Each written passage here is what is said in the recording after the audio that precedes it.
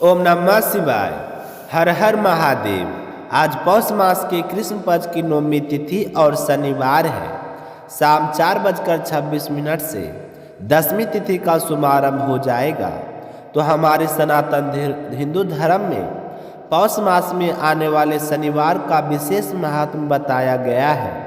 मान्यता है कि इस दिन श्रद्धा पूर्वक किए गए छोटे छोटे उपाय भी जीवन की बड़ी बड़ी बाधाओं को दूर कर देते हैं।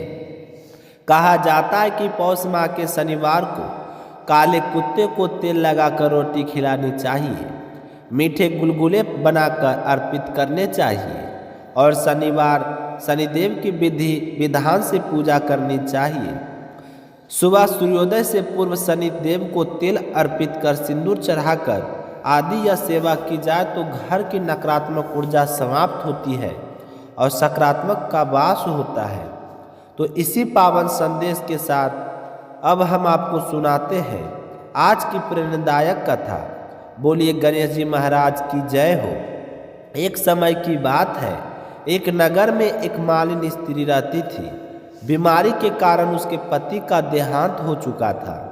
उसका एक 4 वर्ष का छोटा सा बेटा ही उसके जीवन का एकमात्र सहारा था। उसकी सास का हृदय अत्यंत कठोर था। वह हर समय अपनी बहू को ताने देती, अपशब्द कहती और उसे ही अपने बेटे की मृत्यु का कारण मानती। कलंकनी, निर्भाग जैसे शब्द उसे मुख से बार बार निकलते थे। तो बहू दिन रात सेवा करती, घर का हर काम संभालती, फिर भी उसे हंसने का एक शब्द तक नसीब नहीं होता।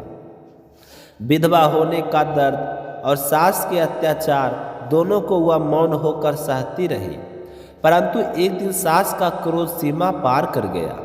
उसने बहू और अपने नन्हे पोते को घर से निकाल दिया। तो माँ बेटा रोते बिलखते घर से निकल पड़े। ना कोई ठिकाना, ना कोई सहारा रहा। तो चलते चलते वे एक जंगल में स्थित गणेश जी के मंदिर के पास पहुँच गए। तो मंदिर में रोज भक्त आते, प्रसाद चढ़ाते और श्रद्धा से बांटते थे। तो वह विधवा माँ मंदिर में बैठकर रोते हुए बोली कि हे गणेश जी महाराज, मुझसे ऐसी कौन सी भूल हो गई जो पहले आपने मेरे पति को छीन लिया और संसार ने मेरा घर भी छीन लिया। मेरे बेटे और मेरे सिवा अब कोई इस दुनिया में नहीं है। आज आपके चरणों के अलावा कोई सहारा नहीं है। तो माँ बेटे वही मंदिर के पास रहने लगे। तो जो प्रसाद भक्त बांटते उसी से उनका जीवन चलने लगा। सुबह शाम में श्रद्धा से गणेश जी की पूजा करते और एक दिन गणेश जी की कृपा से उसके मन में एक विचार आया कि क्यों ना जंगल से फूल लाकर माला बनाए और यहाँ आने वाले भक्त पूजा के लिए फूल अवश्य लेंगे।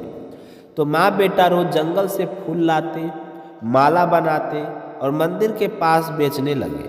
तो धीरे धीरे आमदनी बढ़ने लगी। और फिर उन्होंने पूजा सामग्री, मिठाई, दुर्वा, घास भी बेचना शुरू कर दिया। तो गणेश जी की कृपा से उनका कार्य बढ़ता चला गया। तो कुछ समय बाद उन्होंने एक छोटा सा मकान और दुकान बना ली। तो मंदिर आने वाले सभी भक्त अब उन्हीं के से सामग्री खरीदने लगे। नगर के राजा की पुत्री रोज मंदिर में पूजा करने आती थी। वह हमेशा मालिन के बेटे से ही सामग्री लेती थी। तो धीरे धीरे वह युवक के संस्कार, विनम्रता और भक्ति से प्रभावित हो गई और उससे विवाह का निश्चय कर लिया। तो राजा रानी ने बहुत समझाया, पर राजकुमारी अपनी प्रतिज्ञा पर अड़िग रही।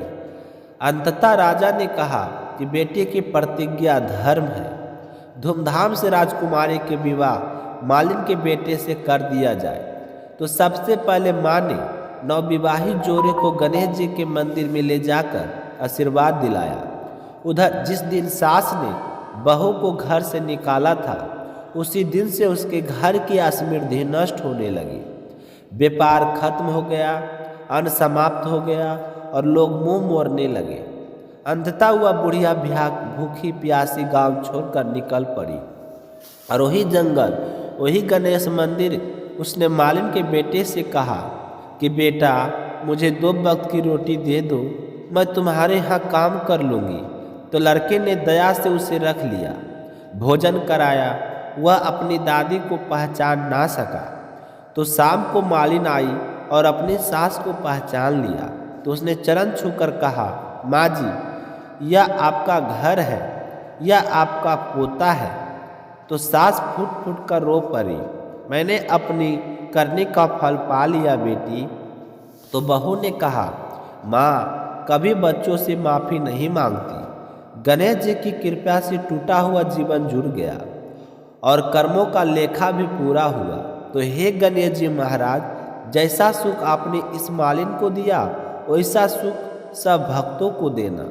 जो भी श्रद्धा से इस कथा को सुनाए, उसकी सभी मनोकामनाएं पूर्ण करना। बोलिए गणेश जी महाराज की जय हो। अब अपने सुनते हैं शनि महाराज की कथा। तो प्रेम से बोलो शनि महाराज की जय हो। प्राचीन काल की बात है, दशरथ नाम के एक बहुत ही प्रसिद्ध चक्रवर्ती राजा हुआ करते थे। राजा बहुत ही दयालु और न्यायप्रिय थे। प्रजा का पालन पोषण अपनी संतान की भांति किया करते थे। तो राजा के कार्य से राज की प्रजा बहुत ही सुखी जीवन यापन कर रही थी। तो सर्वत्र सुख और शांति का माहौल था। इसी तरह समय ही बड़ा अच्छे से गुजर रहा था। तभी वहाँ पर एक दिन ज्योतिषियों ने देखा कि कार्तिका नक्षत्र के अंतिम चरण में शनि है। तो राजा से कहने लगे कि हे राजन, शनि तो कार्तिका नक्षत्र के अंतिम चरण में है और यह शनि रोहिणी नक्षत्र का भेदन कर जाएगा, जिसे रोहिणी संकट भेदन भी कहा जाता है। तो राजा ने कहा कि इससे क्या होता है, मुझे इसके बारे में मालूम नहीं है। तो राजा की बात सुनकर ज्योतिष से कहने लगे कि सैनिक का रोहिणी का जाना देवता के और असुर दोनों के लिए कष्टकारी और भय प्रदान करने वाला होता है, तथा रोहिणी संकट भेदन से 12 वर्ष तक अत्यंत दुखदायी अकाल भी पड़ता है। तो इससे प्रजा भी परेशान होती है। तो ज्योतिष की बात सुनकर राजा बड़े ही परेशान हुए और वे सोचने लगे कि इस तरह अकाल पड़ने से प्रजा तो बहुत ही दुखी हो जाएगी और मैं अपनी प्रजा की व्याकुलता कैसे देख सकूंगा। तो राजा दशरथ ने गुरु वशिष्ठ ऋषि तथा प्रमुख ब्राह्मणों को बुलाया और कहने लगे कि मुझे इस समस्या का कोई समाधान बताइए, जो आप कहेंगे मैं वह करने के लिए तैयार हूँ। तो राजा की बात सुनकर गुरु वशिष्ठ जी कहने लगे कि महाराज, शनि के रोहिणी नक्षत्र में भेदन होने से प्रजा जन सुखी कैसे रह सकती है। इस योग के दुष्प्रभाव से तो पितामह ब्रह्मा जी एवं इंद्रादित्य देवता भी रक्षा करने में असमर्थ है। तो गुरु के वचन सुनकर राजा सोचने लगे कि यदि इस संकट की घड़ी को अगर मैं नहीं टाल सका तो मैं कायर कहा जाऊंगा। तो राजा ने काफ़ी सोच विचार करके साहस बटोरकर दिव्य धनुष तथा दिव्य आयुधों से युक्त होकर अपने रथ पर बैठकर रथ को तेज गति से चलाते हुए चंद्रमा से भी 3 लाख योजन ऊपर नक्षत्र मंडल में चले गए। मणियों तथा रत्नों से सुशोभित होने सोने से निर्मित रथ में बैठे हुए महाबली राजा ने रोहिणी के पीछे जाकर रथ को रोक दिया।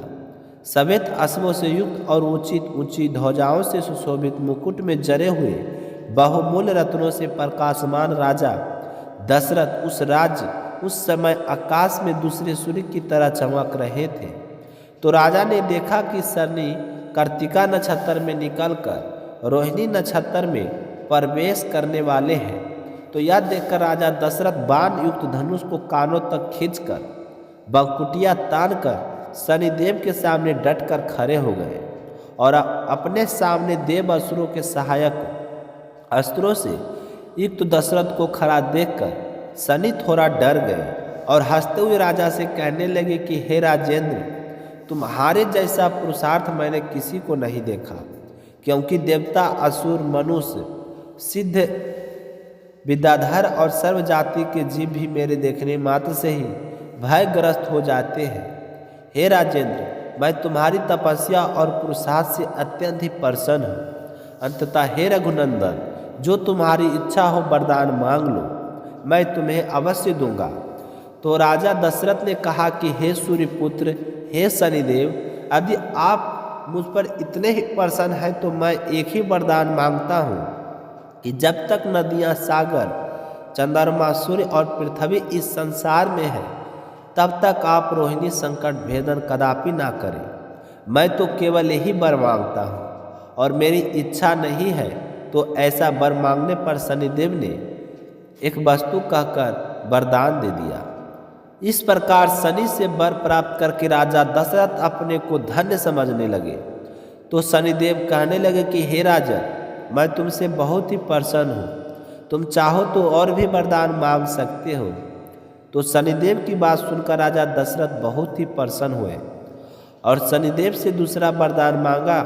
तो शनिदेव कहने लगे कि हे राजा दशरथ, तुम निर्भय होकर रहो, 12 वर्ष तक तुम्हारे राज में कोई भी अकाल नहीं पड़ेगा, तुम्हारी यश कीर्ति तीनों लोगों में फैलेगी। ऐसा वरदान पाकर राजा बहुत ही प्रसन्न हुए और धनुष बाण रथ में रखकर सरस्वती देवी तथा गणेश जी का ध्यान करके शनिदेव की स्तुति करने लगे। तो राजा दशरथ ने शनि स्रोत माध्यम से प्रार्थना की कि जिनके शरीर का रंग भगवान शंकर के समान काला तथा नीला है, उन शनि देव को मेरा नमस्कार है। इस जगत के लिए काल अग्नि कृतांत रूप शनिश्चर को पुनः नमस्कार है।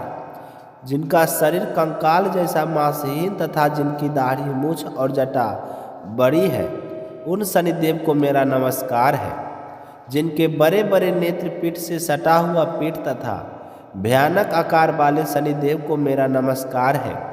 जिनका शरीर दीर्घ है, जिनके रोए बहुत मोटे हैं, जो लंबे चौड़े किंतु जंजर शरीर वाले हैं तथा जिनके दाढ़े काल रूप है, उन शनिदेव को मैं बार बार नमस्कार करता हूँ। तो हे शनिदेव, आपके नेत्र कोटर के समान गहरे हैं, आपकी ओर देखना कठिन है, आप रुद्र, भीषण और विकराल हैं, आपको नमस्कार है।